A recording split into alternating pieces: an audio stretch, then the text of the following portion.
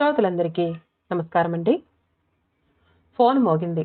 ఆనందంగా మాట్లాడుకుంటున్న వాళ్ళంతా క్షణకాలం ఆగారు. గంగాధర్ లేచి ఫోన్ దగ్గరికి వెళ్లబోయేంతలో కట్ అయింది. అప్పుడే గుడి నుండి వచ్చారంతా. తెల్లవారుజామున గుడికి వెళ్లి చైతన్య పేరు మీద పూజ చేయించారు. మొబైల్ మోగింది. వియ్యాలవారి నుండేమో అన్నాడు శ్రీనివాసరావు. అవును నాన్నగారు అంటూ నమస్తే సార్ అన్నాడు. నమస్తే, మీకు విషయం చెప్పాలి, చెప్పండి. దయచేసి మీరు మరోలా అనుకోవద్దు. పర్వాలేదు, చెప్పండి. ఎందుకు సందేహిస్తున్నారు? మా వాళ్ళంతా పెళ్లి హైదరాబాదులో చేయమని ఒత్తిడి తెస్తున్నారు. అంటే మీరు కాస్త ఆలోచించాలి. పెళ్లి ఇక్కడైతే మాకు కన్వీనియంట్గా ఉంటుంది. ఇదేంటండి ఇలా అంటున్నారు?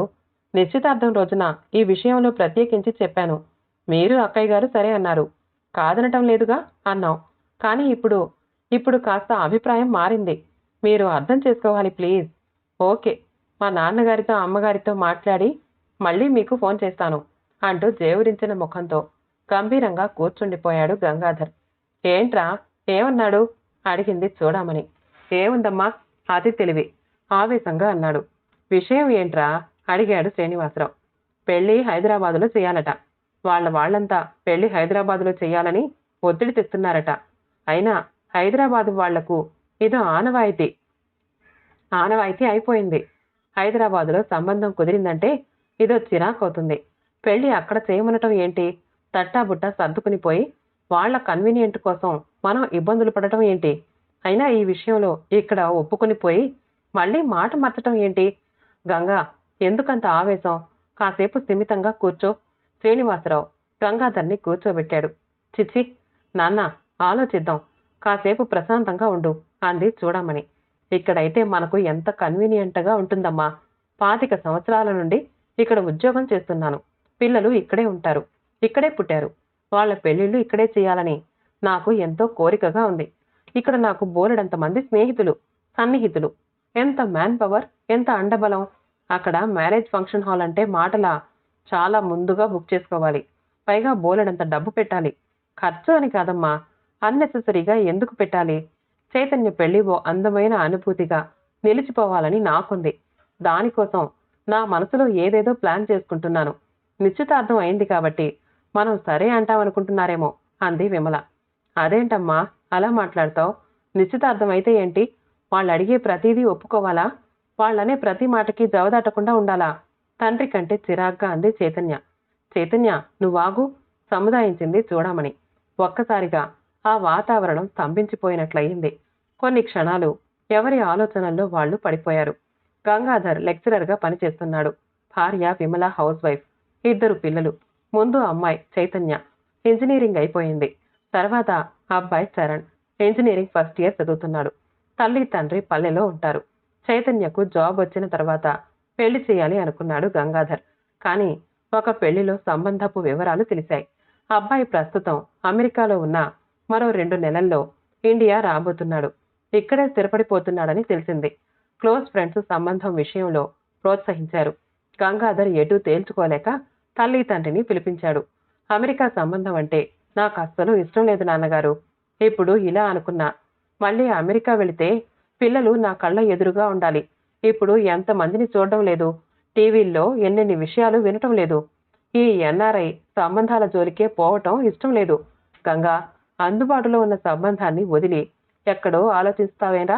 వాకపు చేద్దాం. అన్ని విధాలా బాగుంది అనిపిస్తే మొగ్గుదాం. మంచి సంబంధం అయినప్పుడు ఎందుకు వదులుకోవటం? కాస్త ఉన్నవాళ్లు. అబ్బాయిది మంచి ఉద్యోగం, అక్క పెళ్ళైపోయింది, తల్లి తండ్రి ఉద్యోగస్తులు. అబ్బాయి అమెరికా వెళ్ళాడని తెలిసింది. తల్లి తండ్రి మాటను కాదనలేకపోయాడు గంగాధర్. శ్రీనివాసరావు హైదరాబాద్ వెళ్లి విషయాలు సేకరించటం వాళ్లు చాలా బాగా నచ్చటంతో ఓ అడుగు ముందుకేశారు. అబ్బాయి ఇండియా వచ్చాక పెళ్లి చూపులకు రావటం, ఒకరికొకరు నచ్చటం జరిగిపోయాయి. నిశ్చితార్థం కూడా జరిగిపోయింది.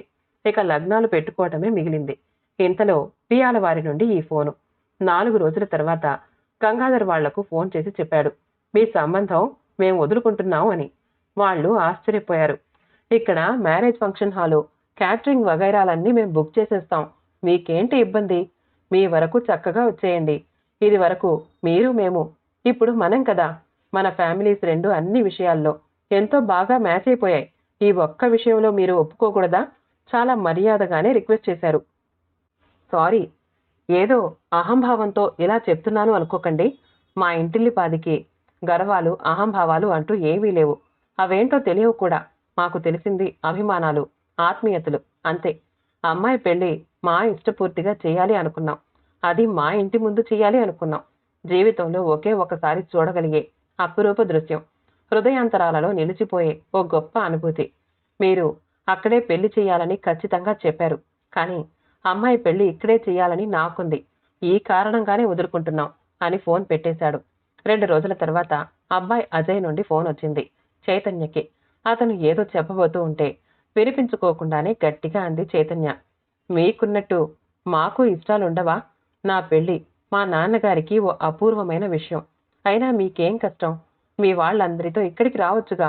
ఏ ఆడపిల్లలన్నా, ఆడపిల్లల తల్లిదండ్రులన్నా మీకెందుకంతా చులకనా భావం? అసలు నేను మరో 2 ఏళ్ల దాకా పెళ్లే చేసుకోదలుచుకోవడం లేదు వేగంగా చెప్పేసింది చైతన్య. అంతా మీరు కోరుకున్నట్లుగానే అవుతుంది. మీరు ఏంటేంటో ప్రతిజ్ఞలు చేయకండి ప్లీజ్. మీరు నాకెంతగానో నచ్చారు. ముఖ్యంగా మీ డ్రెస్సింగ్, మాట తీరు, సాంప్రదాయంగా ఉండే విధానం మరింత నచ్చింది. నేను ఎలా కోరుకుంటానో అలా ఉన్నారు. ఈ ఫ్యాషన్స్, భేషజాలు ఉన్నవాళ్లమని, అహంభావాలు మాకేం తక్కువ అన్న గర్వం, ఇలాంటివి నాకు చాలా చిరాకు. అస్సలు నచ్చవు. 2 జీవితాలు కలవటానికి మంచి మనసు, మంచి వ్యక్తిత్వం ముఖ్యమని నా అభిప్రాయం. ఇలా నిలదీసి అడగటం కూడా ఎంతగానో నచ్చింది. సో మీ అమ్మ నాన్నగారితో, మీ నానమ్మ తాతగారితో చెప్పండి. మేము నిన్ను పెళ్లి చేసుకోవటానికి మీ ఊరికే వస్తున్నాం ఇప్పుడు. ఓకేనా? నవ్వాడు అజయ్. Thank you. చైతన్య పెదవులు చిరునవ్వుతో విచ్చుకున్నాయి. గంగాధర్ ముఖం వెలిగిపోతూ ఉంటే శ్రీనివాసరావు చూడమని విమల, చైతన్య ఎంతో సంబరపడిపోయారు. ఆ సంతోష వాతావరణంలో చరణ్ లేనందుకు కాస్త బాధ అనిపించినా చదువు కోసం గదా దూరంగా ఉంది అనుకుని సరిపెట్టుకున్నారు. అక్క యమునని, బావగారు ఆనందరావుని మీ సలహాలు కావాలి అంటూ ఆహ్వానించాడు గంగాధర్. సాయంత్రానికల్లా ఇద్దరూ వచ్చారు. రాత్రి 8 గంటల సమయంలో అంతా హాల్లో కూర్చున్నారు. తండ్రికి ఓ పేపర్ పెన్ ఇచ్చాడు గంగాధర్. నాన్నగారు, వెడ్డింగ్ కార్డ్స్ అచ్చంగా నా పెళ్ళప్పటి వెడ్డింగ్ కార్డ్స్లా ఉండాలి. ఇదిగో ఇది మోడల్ అంటూ పక్కనే డైరీలో ఉన్న వెడ్డింగ్ కార్డు ఇచ్చాడు. అంతా ఆశ్చర్యపోయారు ఓ క్షణం. మరుక్షణం ఆ కార్డు అందుకుని అంతా చూశారు. ఓ అరగంట అప్పటి పెళ్లి విషయాల్లోకి వెళ్లిపోయి మళ్లీ ప్రస్తుతంలోకి వచ్చారు. చైతన్య వాళ్ల మాటల్ని ఎంతో ఆసక్తిగా విన్నది. నాన్నగారు, వాళ్ళు 3 బస్సులకు వస్తున్నట్టుగా చెప్పారు. అవిగాక సుమోలు, కార్లు అని కూడా చెప్పారు. వారే ఎంత ఎక్కువ మంది వస్తే అంత సంతోషం అనుకోండి. ఎదురుకోళ్లు వగైరాలన్నీ చాలా పద్ధతిగా ఏ చిన్న లోపం రాకుండా అవుతాయి. తెల్లవారుజామునే చేరుకుంటారు కాబట్టి ముందు మంచి కమ్మటి చిక్కటి కాఫీ ఇద్దాం. టిఫిన్గా ఉప్మా, కారపూస, బూందీ, అరిసెలు, ఇడ్లీ, వడ వగైరాలు ఉండవు. అదేంట్రా ఈ రోజుల్లో అలా? వాడు అలా అనుకున్నాడు అంతే. బాగా ఫ్యాషన్ మరగటం కాకపోతే వాటికి ఏమైందట? ఇది వరకు తినలేదా? అయినా అలా ఎంత బాగుంటుంది. ఈ రోజుల్లో అరిసెలు ఎవరు పెడుతున్నారు? నో డౌట్ వాళ్ళంతా చప్పరించుకుంటూ మరీ తింటారు. ఆ తర్వాత చెప్పరా నాయనా అంది చూడమని ఎంతో ఉత్సాహంగా. ఇంటి ముందంతా తాటాకు పందిరి వేయిస్తాను. కింద నేలంతా పేడ నీళ్లు చల్లించి ముగ్గులు వేయిస్తాను. కింద జంపఖానాలు పరిపిస్తావా గంగా? నవ్వాడు ఆనందరావు. మంచి ఐడియా బావగారు. ఓపిక ఉన్నవాళ్లు కూర్చుంటారు, లేని వాళ్లకి కుర్చీలు ఉంటాయి. పచ్చి కొబ్బరి ఆకులతో పెళ్లి మండపం, బంతిపూలు, చామంతులు, గులాబీలతో అలంకరణ. రాత్రి పెళ్లి కాబట్టి దేదీప్యమానంగా బల్బులు, ట్యూబ్లైట్లు, వెలుగులు విరచిమ్ముతూ ఉంటాయి. అరే గంగా, భోజనాల మాటేమిటి? ఆ విషయంలో ఎలా అనుకున్నావు? ముందుకు వంగుతూ ఆసక్తిగా అడిగింది చూడమని. శ్రీనివాసరావు, ఆనందరావు, యమున, చైతన్య ఒకరినొకరు చూసుకుంటూ గుంబనంగా నవ్వుకున్నారు. భోజనాలు అంతేనమ్మా. No buffet system, no modern వంటలు. చాలా మంది కింద కూర్చుని భోంచేయలేరు కాబట్టి భోజనాలకి టేబుల్స్, కుర్చీలు వేస్తాను. నిజానికి కిందనే భోజనాలు పెట్టించాలని ఉంది. ఊరుకోన్లే, కొన్ని బ్యాచ్లు అలా లేపుతాను. నో బిర్యానీ, నో బగారాలు, ఓన్లీ తెల్లటి అన్నం, పప్పు, కూరలు, పచ్చళ్ళు, కమ్మటి నెయ్యి, గడ్డ పెరుగు. మరి స్వీట్సు? ఆ చాయిస్ బావగారికి ఇస్తున్నాను. మీ పెళ్లికి మేము వడ్డించిన స్వీట్స్ ఏంటి బావగారు చెప్పండి. ఆనందరావు క్షణకాలం కాంగు తిని ఆలోచనలో పడిపోయేసరికి అంతా గొల్లుమన్నారు. పూర్ణాలైతే గుర్తు. తోరణం కట్టి పూర్ణం వేయటం మామూలే. అబ్బా, ఇలా చెప్పి నేను చెప్పాను. అని అనిపించుకోవాలా? అదేం కుదరదు. అప్పటి స్వీట్స్ చెప్పండి, వాటినే ఇప్పుడు చేయబోయేది నవ్వాడు ఆనందరావు. మీకు వడ్డించింది నేను సార్, నాకు చాలా బాగా గుర్తున్నాయి. రేపటి భోజనం పెళ్లి రోజున చరణ్ వాళ్ళ బావగారికి వడ్డిస్తాడు. ఆ సీన్ని కళ్ళారా చూసుకోవాలి. గంగాధర్ తమకంగా అంటూ ఉంటే యమున కళ్ళు తడయ్యాయి. మొబైల్ మోగింది. గంగాధర్, హలో బావగారు, నమస్తే అన్నాడు. అవతల చెప్పిన విషయం విని చిరునవ్వు నవ్వాడు. ఏమంటున్నాడ్రా? శ్రీనివాసరావు చూడమని ఒకేసారి అడిగారు. వాళ్ళు వెనుకటి నగలు చేయించాలి అనుకుంటున్నారట. కాసుల పేరు, జిగినీ గొలుసు, వంకీలు, వడ్డాణం అంటూ చెప్పబోతున్నారు. మీ అమ్మాయిని అడిగి చెప్పండి అంటున్నారు. ఏం తల్లి చైతు, ఇది నా ఇష్టమేనా లేక? అయినా ఇవన్నీ ఇప్పటి మోడర్న్గా వచ్చేస్తున్నాం కదా. ఓకే చెప్పేస్తాను. చిరునవ్వుతో తండ్రినే చూసింది చైతన్య. మళ్ళీ చర్చలో మునిగిపోయారంతా. చైతన్య అజయ్ల పెళ్లి గంగాధర్ కోరుకున్న ప్రకారం జరిగిపోయింది.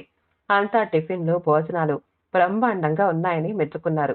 అరేంజ్మెంట్స్ అత్యద్భుతం అని పొగిడారు. మా పెళ్లి మళ్ళీ మేము చూసుకుంటున్నట్లు ఉంది అన్నారు. పెళ్లివారు చాలా సరదాగా ఫీల్ అయ్యారు.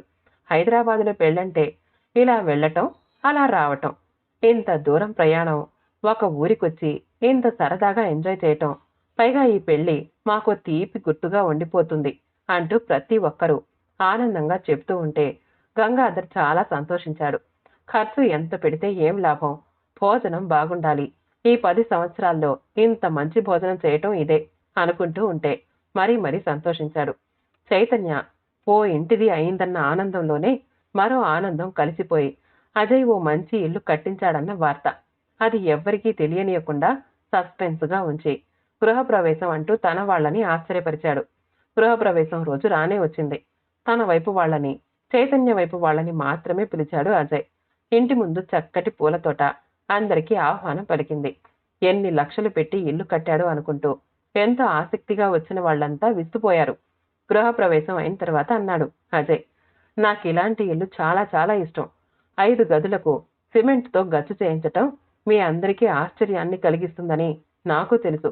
ఒక గదికి ఏసీ చేయించాను, కాస్త క్లాస్గా ఉంచాను. ఇది బయటి వాళ్ల కోసం. నన్ను కలవటానికి వచ్చేవాళ్ళు అసౌకర్యంగా ఫీల్ కాకూడదు కదా. మిగతా 5 గదులు పూర్తి నా పర్సనల్ లైఫ్. బెడ్ మీది కంటే గచ్చు మీద దిండేసుకుని టీవీ చూడటం నాకెంతో ఇష్టం. ఇది తాతగారి ఊరిలో ఫీలింగ్.